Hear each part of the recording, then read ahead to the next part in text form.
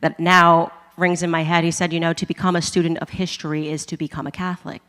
Yeah, what was he saying? Like, I wasn't a student of history? I went to public school. I took history. Hello everyone, I'm Joseph Dinesh, a Catholic commentator from Sydney, Australia. Today I want to discuss one of the most remarkable and surprising conversions to Catholicism in recent times. Among the many public figures who have embraced the church, Candace's story stands out not only for her prominence but for the deeply personal and transformative journey she undertook. Before we explore her conversion story in detail, Candace offers an interesting observation on why America is predominantly Protestant. She notes that the same ideology that shaped the founding of the United States played a key role in the rise of the evangelical movement. Just as America's founders refused to submit to the British monarchy, evangelical Protestants similarly rejected the authority of the Pope, the Vicar of Christ. Moreover, while the founders asserted that anyone born in America could become president, evangelicals extended this idea to their faith, believing that anyone can become a pastor and start a church. Now let's hear her take on this. Promise you guys this is the truth, and I have to pull this up on my phone. In the comments section, this is when the beginning of the rest of my life began. An unknown human being named Jose, who somewhere in the world is probably going, "This began with me," wrote this under the debate regarding Protestants. Shallow doctrinal talking points just hide the unequivocal American dislike for royal authority. That's what's really going on. The idea that you can make your own denomination with the doctrinal tidbits that you like is quintessential to American freedom. Anybody can be president, anybody can be a pastor. Evangelical Christianity really is classic Americana in a religious costume. The fact that there are thousands of mutually incompatible Protestant denominations proves Protestantism as a whole cannot be the truth.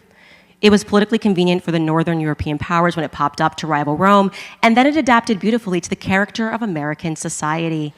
Protestantism is more interesting sociopolitically than theologically. Ouch. Now, I am not suggesting that evangelical Protestantism is inherently wrong simply because it carries traces of American individualism, but it's important to understand that its roots are based on the rejection of authority and an emphasis on personal autonomy. With this context in mind, let's transition to how Candace's journey back to the Catholic Church was deeply influenced by her husband's unwavering commitment to his faith. Let's listen. Being drawn more to the concept of family, and I'm recognizing that my husband, I'm a Protestant, but he's a Catholic. And at this same time, he is just being drawn more and more and more into the church, and he's going to Mass every day. Can you imagine? I'm going on Sundays to a nice concert. This guy's looking, he's got objects in his hand, his whole office has transformed. Like, what is going on with you, man? What's going on? And I was just curious, It was more the mystery of the side of my husband that I didn't quite understand. What are you getting up so early for? To go to Mass? You just went there. You were just there. Just gotta go on Sunday, just check in, And I'm starting to have these conversations with him, and I'm listening, but not really comprehending. And he says to me, I start prodding to him about his faith journey and trying to understand why he made the decision to convert into the Catholic faith when he was at university. What he studied theology, he decided to convert, and I'm starting to really get into the story to see what's driving him. And he says something to me that now rings in my head. He said, to become a student of history is to become a Catholic. So, yeah, what was he saying? Like, I wasn't a student of history? I went to public school. I took history. Candace's story is an echo of a greater truth famously expressed by St. John Henry Newman. To be deep in history is to cease to be a Protestant. This quote reflects Newman's own journey from Anglicanism to Catholicism. Through a study of church history, particularly the writings of the early church fathers and the development of Christian doctrine, Newman became convinced that the Catholic Church was the true continuation of the Apostolic Church founded by Christ. With that foundation, let's break down Newman's insight into 3 key points for easier understanding.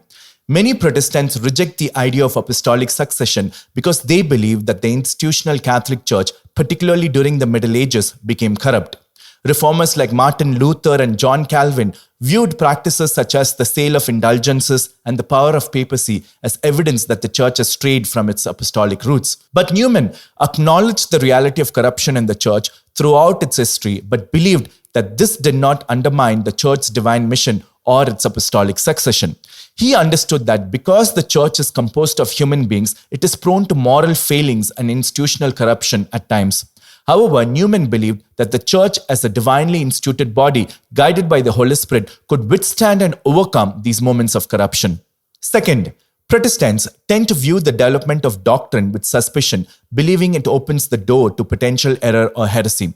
For instance, doctrines like the veneration of saints or papal infallibility are seen as later additions influenced by political or cultural factors rather than the teachings of Christ.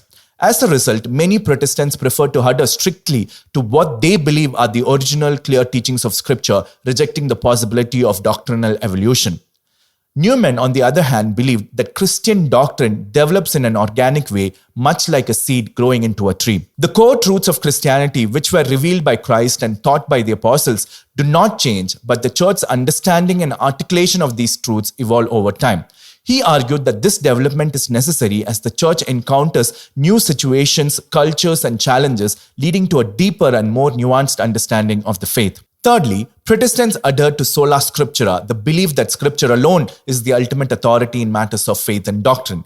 They argue that the Bible is sufficient for understanding God's will and reject the idea that the church or the Pope have special authority to interpret or develop doctrine beyond what is explicitly taught in Scripture. This understanding led Protestants to reject the hierarchical structure of the Catholic Church, particularly the authority of the Pope and the bishops. Newman, however, viewed the Catholic Church as the visible and authoritative institution that preserves the unity of the Christian faith across time and geography.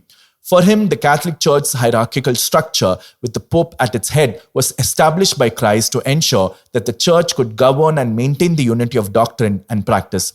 He believed that without such authority, the Church would be susceptible to division, as evidenced by the splintering of Protestant denominations. In conclusion, Candace Owens' journey may not have been identical to Newman's, but both found themselves drawn to the Catholic Church after grappling with history, authority, and the true essence of the Christian faith. Their stories stand as a testament to the powerful impact that the Church's tradition, apostolic succession, and doctrinal integrity can have on those who are searching for the truth.